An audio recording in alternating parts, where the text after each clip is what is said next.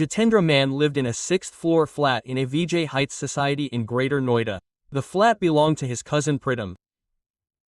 Pritam held one key, while Jitendra held the other. On January 12, 2018, Pritam arrived at the flat to meet his brother Jitendra. As he opened the main door, he found the door to the room inside open. The door clearly overlooked the lobby. From there, he saw a mattress on the floor, and someone sleeping on it, covered in a blanket. Upon entering the flat, he smelled a foul odor, and panicked, heading straight to the lobby. It felt strange, but he called out to Jitendra, thinking he might be the one sleeping under the blanket. When there was no response, Pritam removed the blanket. Jitendra's body lay beneath it. Pritam screamed upon seeing his brother's body. Hearing the scream, several neighbors also came. Pritam also called the police. Shortly after, Surajpur police station in charge Akhilesh Pradhan, SI Sohanveer Malik, Hariraj, constables Krishna Kumar and Rajesh Kumar arrived at the scene. Police removed the blanket from Jitendra's body and found the mattress stained with blood. The blood had also solidified and turned black. The stench emanating from the body suggested he had been murdered several days earlier. Jitendra Man's body was lying face down. When the body was turned over, 3 bullet marks were found on his back. A bullet had also grazed his neck. The station in charge informed SP Rural Suniti Sharma and CO Amit Kishore Shrivastava. An inspection of the room revealed empty liquor and soda bottles, 2 empty glasses, and some discarded utensils. This suggested that 2 people had consumed alcohol there, and Jitendra must have been murdered by someone known to him. Station in charge Pradhan was inspecting the scene when SP Rural Suniti Sharma and CO Greater Noida Amit Kishore also arrived. SP Rural Suniti Sharma questioned the neighbors, who said they hadn't heard the gunshots. Even the police were surprised that 4 gunshots were fired and the neighbors couldn't hear them. All the belongings in the flat were kept in their place, making it unlikely a robbery had taken place. The deceased's mobile phone and wallet were missing, meaning the killer had taken both. Pritam informed Jitendra's family about his murder, and they arrived. After completing the investigation at the scene, the police sent the body for a post-mortem examination. Based on Pritam's complaint, the police registered a murder case against an unknown killer. The station in charge personally handled the investigation. On January 13, the police received the post-mortem report. The cause of death was stated to be internal damage caused by gunshot wounds. The report also stated that the murder had occurred between noon and evening on January 10. On the morning of January 14, 2018, station in charge Akhilesh Pradhan again visited a Vijay Heights society. He questioned the security personnel at the gate and checked the visitor register, but found no clues. They then examined the footage from the society's CCTV cameras. The footage revealed that Jitendra Man went upstairs to his flat at around 11:30 a.m. on January 10, exiting the flat at 4:20 p.m. and leaving. The police station in charge then left the society. Their investigation revealed that Pritam, a resident of Munirka, Delhi, had opened a gym in Greater Noida a few days earlier with his friend Nitin Chaudhary. Pritam couldn't devote much time to the gym. He couldn't afford to commute daily from home to Greater Noida. Therefore, he rented a flat in a Vijay Heights society, located near the gym. Pritam had a cousin, Jitendra Man, who lived in Alipur, Outer Delhi. He was currently unemployed. He had maintained his physique through years of practice at the gym and was also a good athlete. Therefore, Pritam hired him as a trainer at his gym. Because Jitendra had visited Pritam's flat on the day of the murder, the police station in charge went to his gym to interrogate him. When the police station in charge inquired at the gym, they learned that on January 10, Jitendra had finished his shift and left for home at 7:45 p.m. A Vijay Heights society is located near the gym. The drive to the society is a 10-minute drive. CCTV footage from Vijay Heights showed Jitendra climbing the stairs to his flat at 11:30 a.m. This made it clear that Jitendra had gone straight home after leaving the gym. Then, around 12:30 p.m., someone came to Jitendra's flat and consumed alcohol. Police obtained Jitendra's call details. They identified 17 mobile numbers. One of these numbers belonged to Pritam, and 5 belonged to gym employees and family members.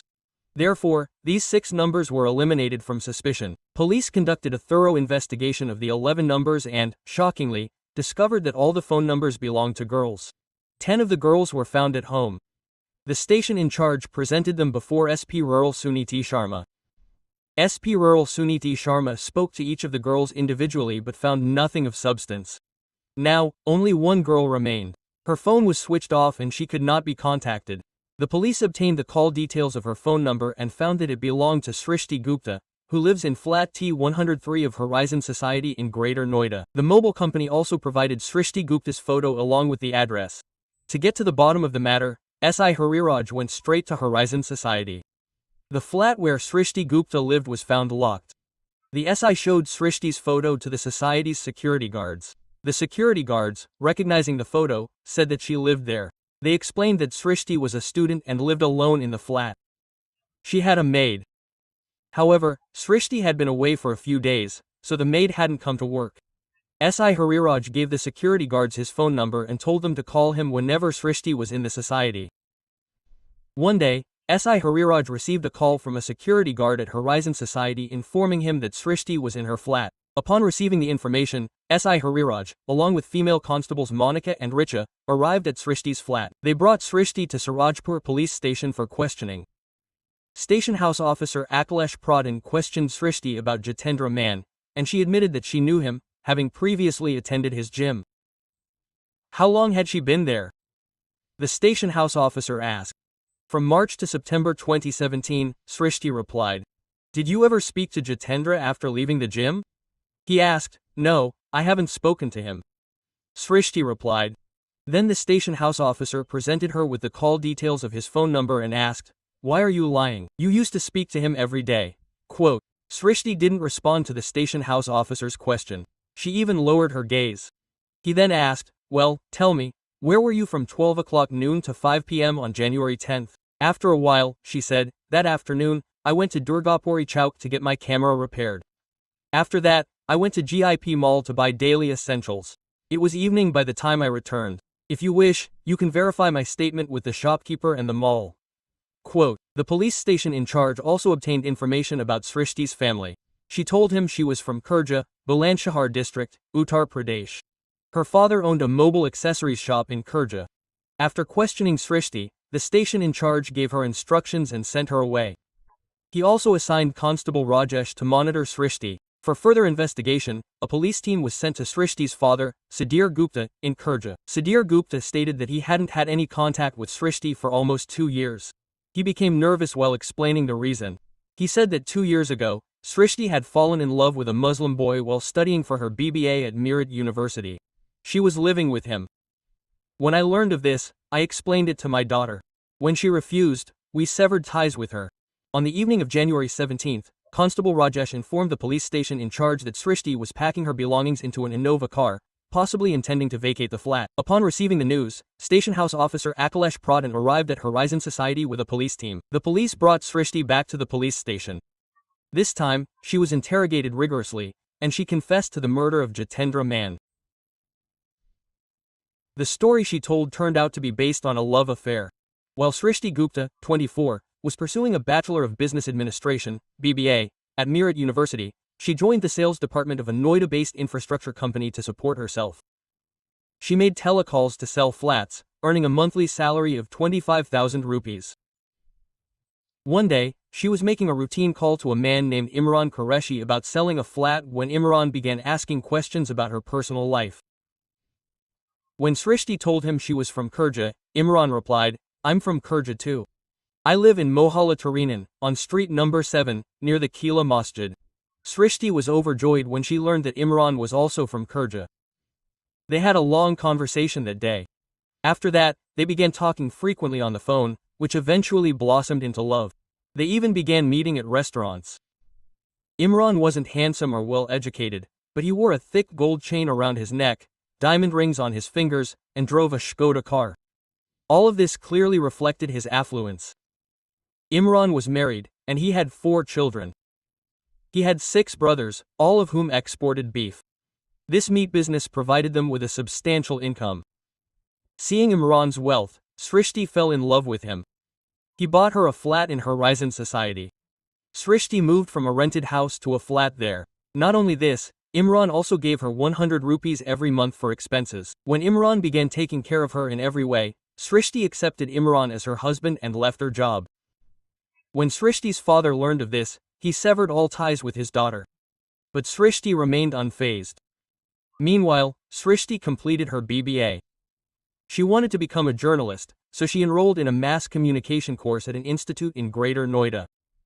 Imran also paid for the expenses. Imran lavished money on Srishti. To maintain her physical fitness, Srishti also joined a gym owned by Pritam, where Jitendra Mann was a trainer. Jitendra Mann was the son of Satya Prakash Mann, a resident of Alapur village in Outer Delhi. Satya Prakash's family included his wife, 3 sons, and a daughter. Jitendra was the youngest of the siblings. His mother died when he was 2 years old. His father also passed away when he was 10. Jitendra Mann had an aunt who lived in Mundka.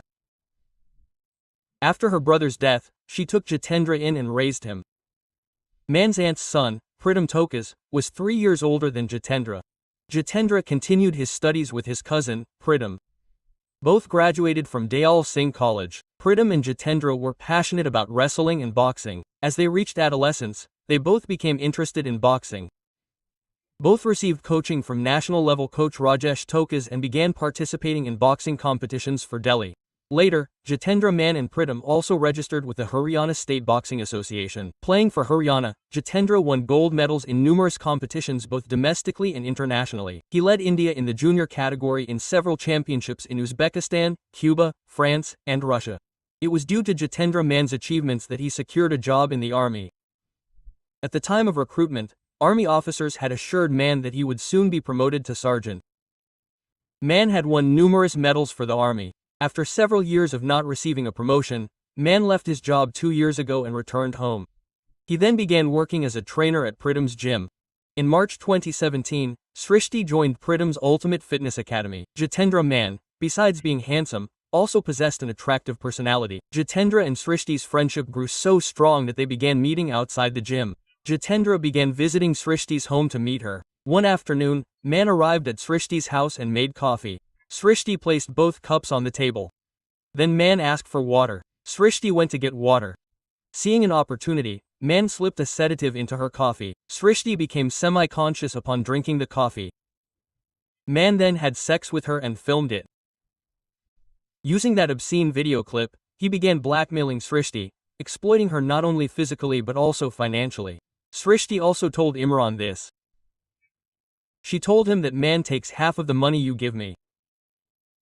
She told Imran the whole story and said that she wanted to get rid of Jitendra Mann at any cost. Imran, after thinking for a while, said, Srishti, illicit relationships are a game in which someone has to die. Hearing this, Srishti's face turned pale. She said, Imran, will you kill me? If you are having fun with Mann willingly, then I will kill you without hesitation. Quote. Imran included her in the game of life and death, saying, yes, if you are really falling prey to Mann's blackmailing, then you will have to kill him. Imran, I am very troubled by Mann. I really want to get rid of him. Quote. She said, okay, then you deal with him. I am ready to help you in this. Quote. Imran then gathered his driver, Nafiz, and Srishti and hatched a plan. As per the plan, Imran procured a pistol from somewhere and gave it to Srishti and also taught her how to use it. On January 9, 2018, Imran arranged for Srishti to call Jitendra Mann. Srishti, speaking affectionately, said, Mann, I'm completely free tomorrow, so I want to enjoy something special. Tell me, darling, what do you want? Quote. Mann replied, I want him to come to your flat tomorrow. We'll have a drink there. Quote. Srishti replied, okay, you come, I'll wait. Jitendra Mann replied, Jitendra lived in his brother Pritam's flat in AVJ Heights Society. On January 10, 2018, Srishti arrived at AVJ Heights Society, where Mann was waiting for her. Mann welcomed her warmly. Then, they had a meal and drinks. Later, Mann also fulfilled his desires. Srishti then asked Mann to delete the obscene clipping. Instead of responding, Mann turned his back on her. Srishti, realizing he wouldn't delete the clipping, took a pistol from his bag and shot him 4 times, one by one. Shortly after, Mann died. Srishti turned the body over and covered it with a blanket. Then, Srishti sent a message from Mann's mobile to the gym's phone. I'm going out on some important business. I won't be back in the gym this evening. Quote. Srishti had taken a pair of clothes with her. Her clothes were stained with blood, so she went to the bathroom and changed. Then, after locking the flat from the outside, she put the keys in her purse. With a scarf covering her face, she left the society. From there, she went to DLF Mall, where Imran and driver Nafiz were waiting for her in an Innova car. Srishti had also cleverly left both her mobile phones with Nafis. Nafis took her mobile phones and went to Durgapuri Chowk via Dilshad Garden. As planned, Imran called Srishti's phone twice from his phone, which Nafis received. This was done so that Srishti's phone location at the time of the incident would appear to be somewhere else than the crime scene. After questioning Srishti, the police also arrested her lover Imran and his driver Nafis. On Imran's pointing, the police also recovered the pistol used in the murder. But Jitendra's mobile phone could not be recovered.